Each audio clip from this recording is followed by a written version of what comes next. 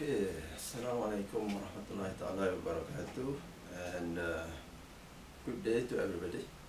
Okay, so this is our class regarding design of experiment. Okay, so we will continue our lesson for today regarding design of experiment for more than one factor experiments. So as we all know, okay, in certain doing certain research or experiments, some or in the majority of cases we will be doing or dealing with more than one factor. Okay, so for example, okay, if we were to take one example, okay, so let's say that we are going to do an experiment regarding the effects of temperature and time on the antioxidant capacity of pineapple juice. Okay, so for this particular experiment, okay, we have number of factors. We have two. That is, first is the temperature, and then the second one is the time. Okay, and then the response. Okay, so based on this, okay, let's take for an example. Okay, we have the levels for temperature. We have three levels, for example 70 degrees C, 80 degrees C, and 90 degrees C. Okay, and then for time, for example, it is maybe 1 hour, 2 hours, and 3 hours. Okay, so meaning that we have two factors, and then we have three levels each, okay, for temperature and also time. So the treatment, okay, if it is a one factor experiment, then the levels are the treatments. Okay, the levels are the treatments. But when it is more than one factor experiment, so the treatments are the combination of the levels. Okay, so meaning that the combination between temperature and time will become the treatment. Okay, so for example, if we have this, okay, then we have temperature, the levels are 70, 80, and 90, but the treatments will be, okay, and time 1 hour, 2 hour, and 3 hours, and so the treatment will be 70 degrees C for 1 hour, okay, and then 70 degrees C for 2 hours, and then 70 degrees C for 3 hours. And similarly, we will have 80 degrees C for 1 hour, and then 80 degrees C for 2 hours, and then 80 degrees C for 3 hours, and then subsequently 90 degrees C for 1 hour, 90 degrees C for 2 hours, and 90 degrees C for 3 hours. So meaning that we have 1, 2, 3, 4, 5, 6, 7, 8, 9 treatments. Okay, so the treatments are a combination of the different levels. So we have 3 over here and 3 over here. So the number of treatments are 3 times 3 equals to 9 treatments. Okay, so these are our treatments. Our response. Okay, so for this one, we are going to determine the antioxidant capacity. So the response will be, okay, for example, dPPH, for example. Okay, and you can have as many responses as you are interested in. Okay, so but for this method, okay, for our example here, we'll just simplify it. Okay, and we'll just take this as only one response. Okay. Okay, so this is an example, okay, of a experiment with more than one factor. Okay, so we have two factors, that is temperature and time. We have for each in order for us to determine the effect of temperature and the effect of time, then we have to vary the temperature. So we vary the temperature by designating it into 3 levels, that is 70, 80 and 90 degrees C. And for time also we have to vary it in order for us to be able to determine the effect of time. Then we have to vary it, then we vary it into 3 levels. For example, we can vary it to how many levels as you wish, but for simplicity's sake, okay, we'll just vary it into 3 levels, that is 1 hour, 2 hours and 3 hours. Okay, so again the treatment, okay, because this is more than one factor experiment, so the treatment is a combination of the levels. So we have 3 levels, okay, of temperature, 3 levels of time, so 3 times 3 equals to 9. So these are the treatments, okay? So these are the treatments, and the response is DPPH, okay? Okay, so that is an example of more than one factor experiment, okay? So in food research, commonly will involve more than one factor or variable, okay? For example, like for sterilization, then usually we will need to know determine the temperature and also the time, okay, in order for us to optimize our sterilization process, okay? And then another example is for example, like for extraction, we need to determine, okay, the effect of temperature, sample size, time for extraction, etc., etc.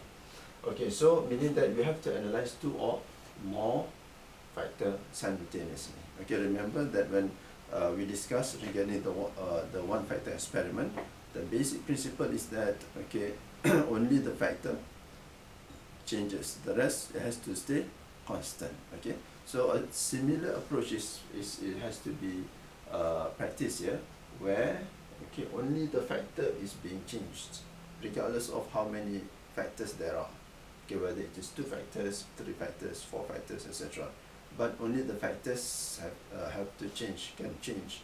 The rest, it has to stay constant, okay? Then and only then will we be able to determine that any results that we have, any changes that we observed is due only and only to the factor and to none other else, okay? Okay, so there are several experiment designs for dealing with more than one factor, okay?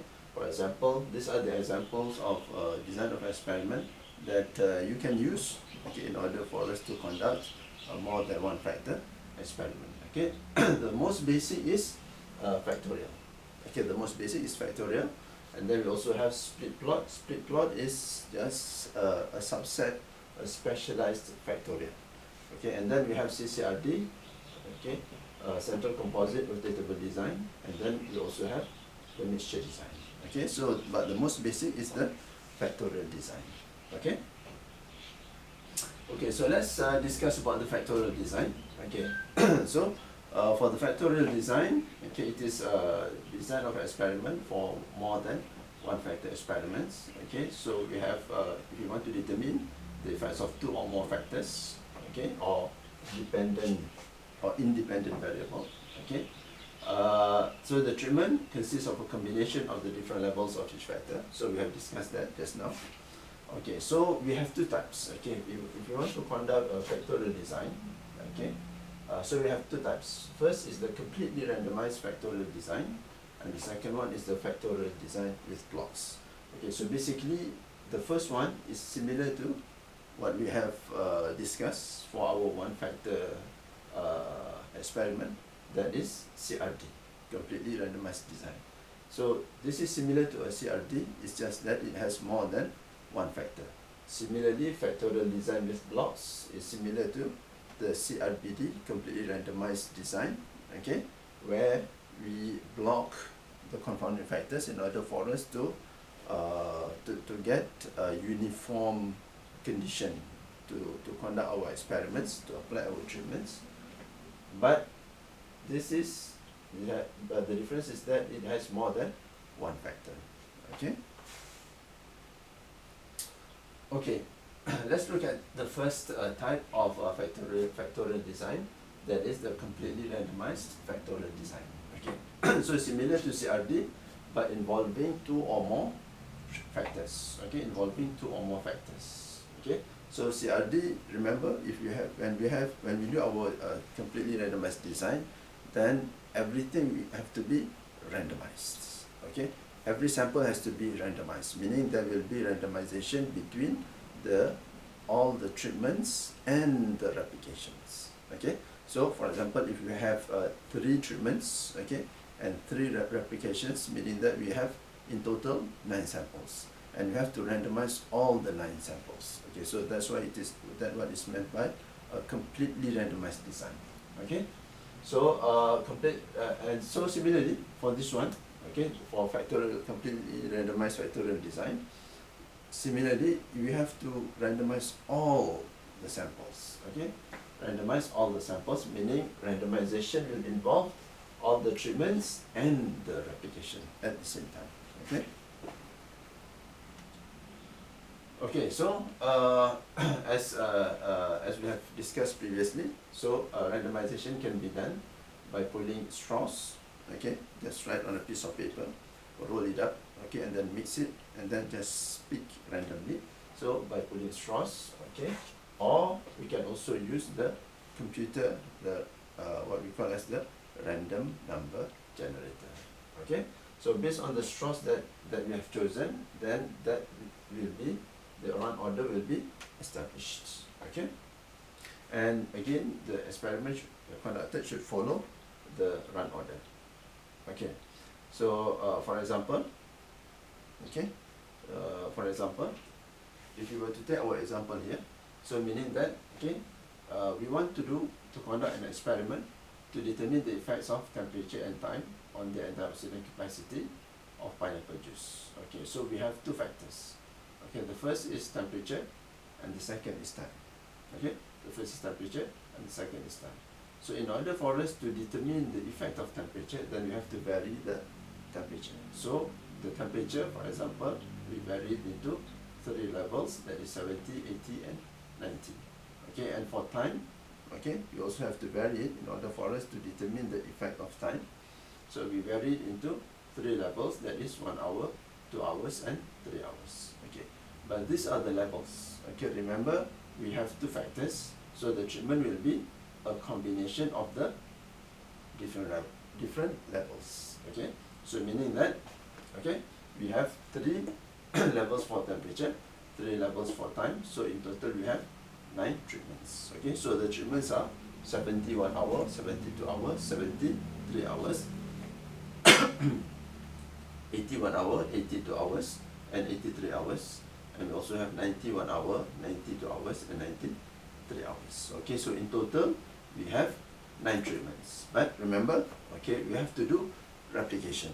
Okay, so again, the purpose of replication is for us to determine the error, and also in order for us principally, okay, to get the best estimation, okay, of the population mean. Okay, so for example, if we were to do replication, okay, 3 replications, so meaning that our number of samples, okay, okay, will be 9 times 3 equals to 27. Okay, so meaning that if you were to conduct a factorial design, a completely randomized factorial design, then what we have to do is to prepare 27 samples, and then we have to randomize all 27 samples. Okay, so how do we do that?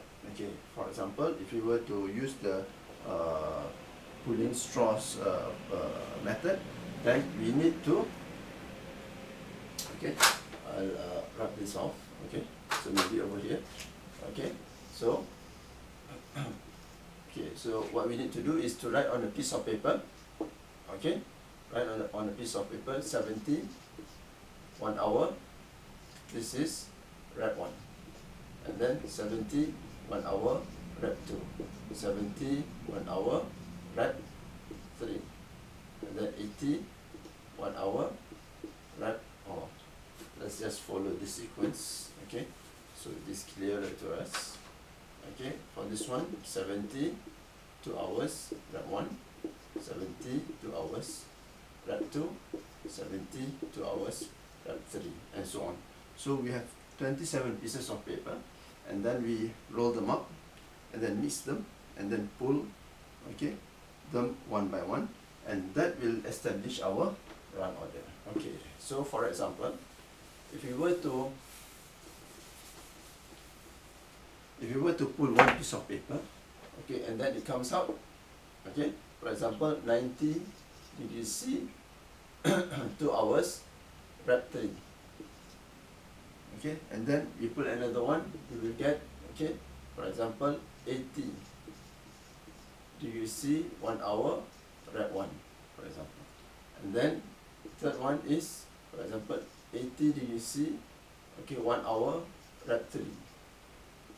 And then maybe the fourth one, 70, okay, rep 3, okay, sorry, 3 hours, rep 2, for example. Okay, so this will be our run order. So meaning that when you go, remember, design of experiment is in the lab, not on paper. Okay, so when you go into the lab, so the first thing, the first sample that you need to do, okay, the first treatment